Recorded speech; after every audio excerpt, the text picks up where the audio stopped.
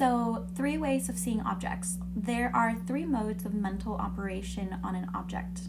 Number 1, conceiving the object to inherently exist, which is what ignorance does. Number 2, conceiving the object to not inherently exist, which is what insight does. Number 3, conceiving the object without qualifying it with either inherent existence or an absence of inherent existence, as when just ordinarily seeing something such as a house. Even when you are not seeing an object as inherently existent the way ignorance does, you are not necessarily seeing it as not inherently existent the way insight does, since there are thoughts that do neither, which fall into the 3rd category. This is why you need to delineate specifically those phenomena about which you are making this fundamental mistake. Just thinking about something else will not reverse ignorance. It would be like searching for a robber in town after a robber has gone to the forest. When ignorance is overcome, you will have uprooted the mistaken beliefs that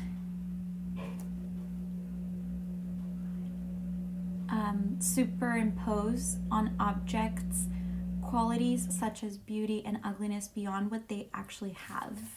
Pause right there. Efrain, thank you for logging on. I just started, so you haven't missed a lot. At the end, when I upload this, just listen to about the first 2 minutes of reading, and you'll start to hear where you're catching on. Okay. Then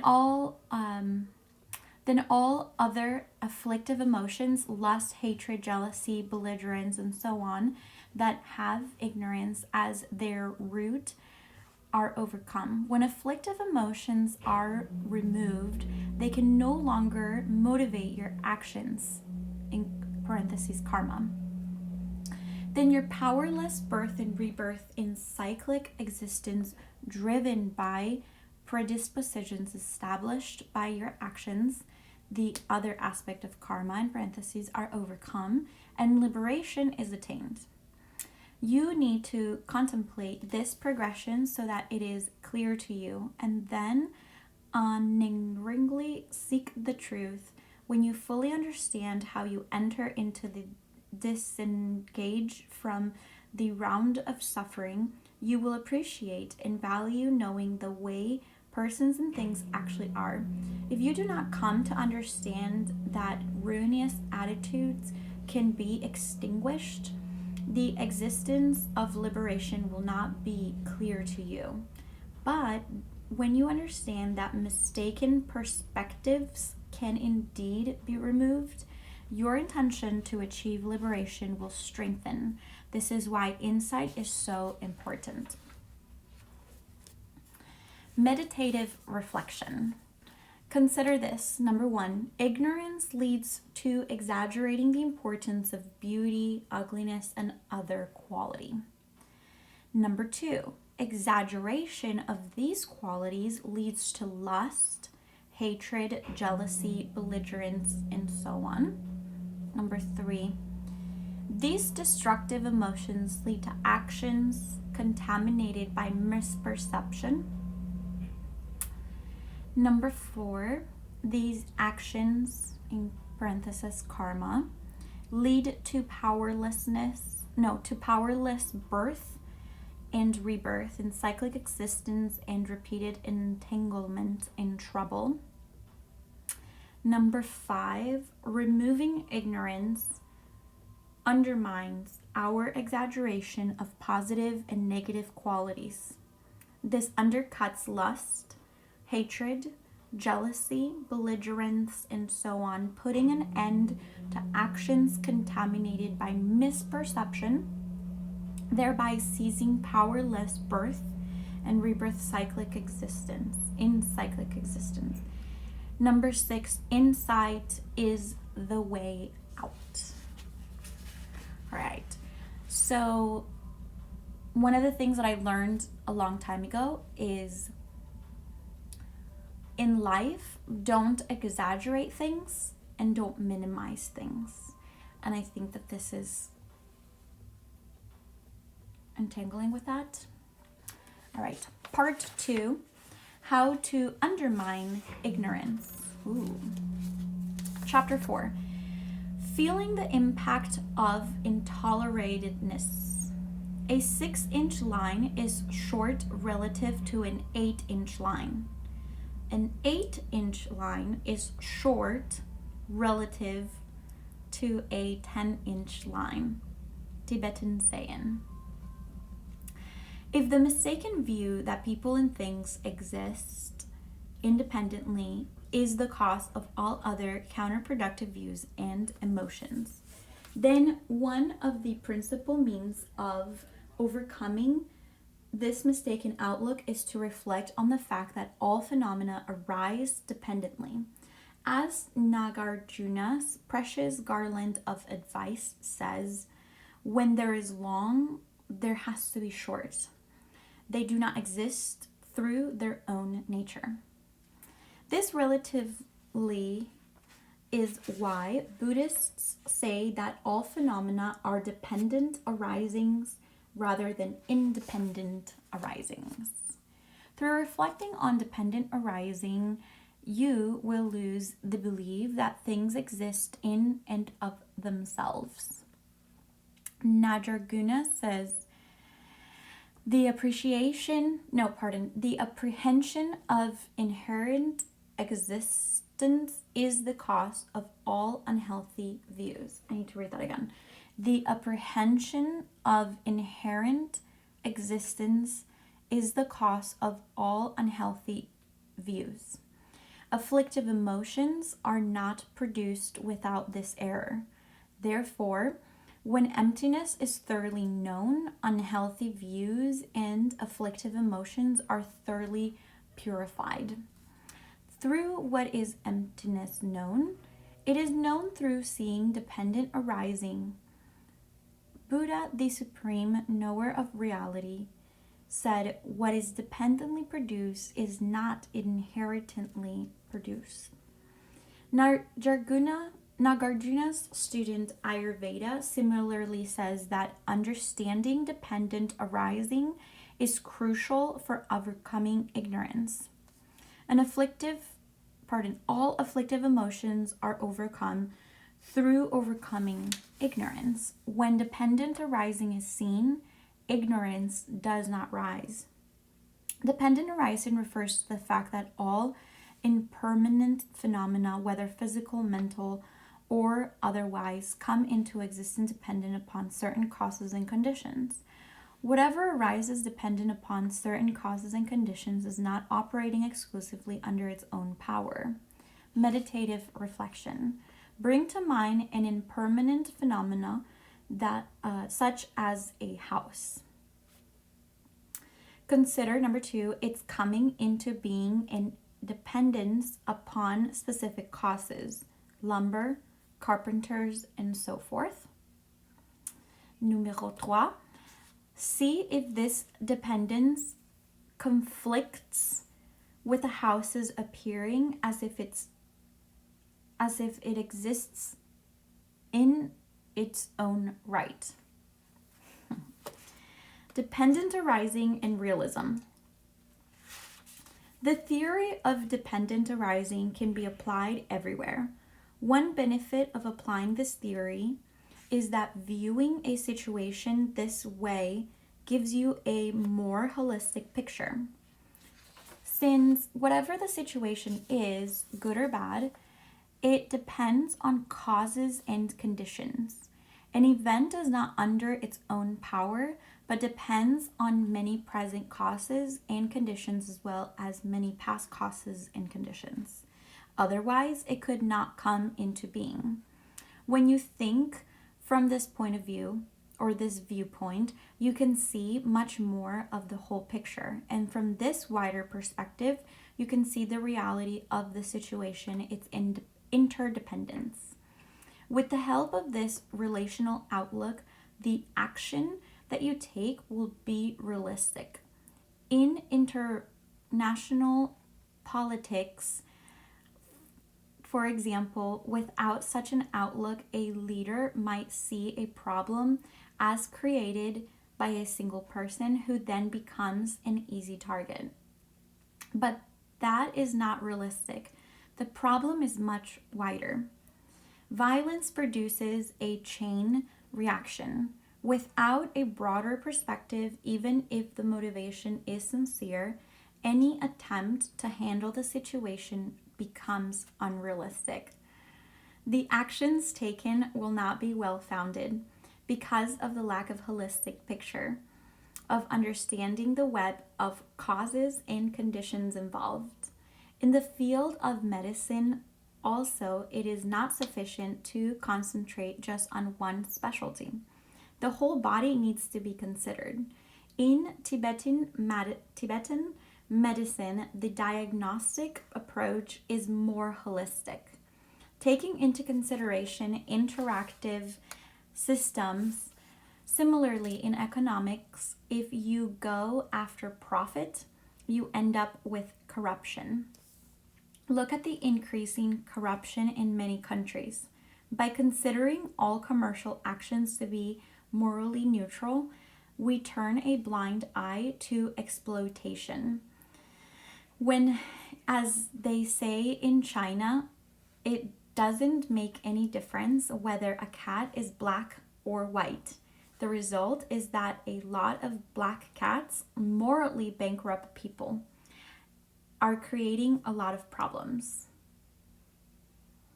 Failure to look at the whole picture means realism is lost. The attitude that money alone is sufficient leads to unforeseen consequences. Money is certainly necessary. For instance, if you thought that religious retreat in meditation alone was sufficient, you would not have anything to eat. Many factors have to be considered. With awareness of the fuller picture, your outlook becomes reasonable and your actions become practical. And in this way, favorable results can be achieved. The chief drawback of afflictive emotions is that they obscure reality. As Nagarjuna says, when afflictive emotions and their actions cease, there is liberation. Afflictive emotions arise from false conceptions. False conceptions here are exaggerated modes of thought that do not accord with the facts. Even if an object, an event, a person, or any other phenomenon has a slightly favorable aspect, once the object is mistakenly seen as existing totally from its own side, true and real, mental projection exaggerates its goodness because what it actually is, resulting in lust. The same happens with anger and hatred. This time, a negative factor is exaggerated, making the object seem to be 100% negative. The result being deep disturbance. Recently, a psychotherapist told me that when we generate anger, 90% of the ugliness of the object of our anger is due to our own exaggeration. This is very much in conformity with the Buddhist idea of how afflictive emotions arise. At the point when anger and lust are generated, reality is not seen. Rather, an unreal mental projection of extreme badness or extreme goodness is seen, evoking twisted, unrealistic actions.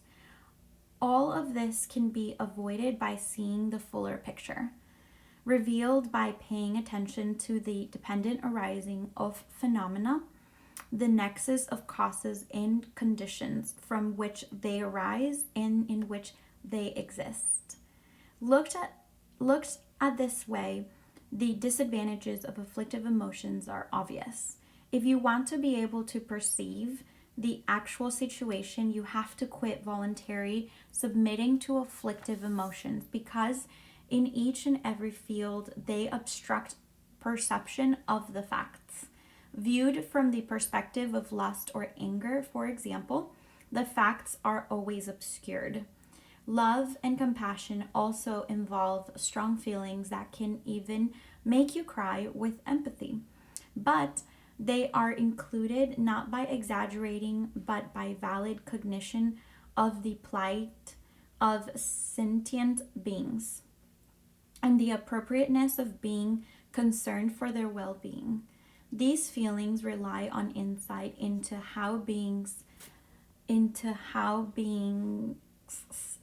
my gosh, I lost it. Sorry, my thing is like giving me little things on the screen.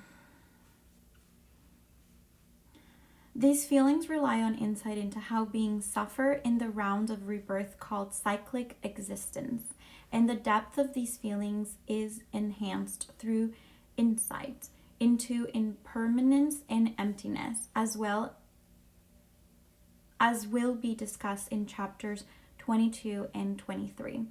Though it is possible for love and compassion to be influenced by afflictive emotions, true love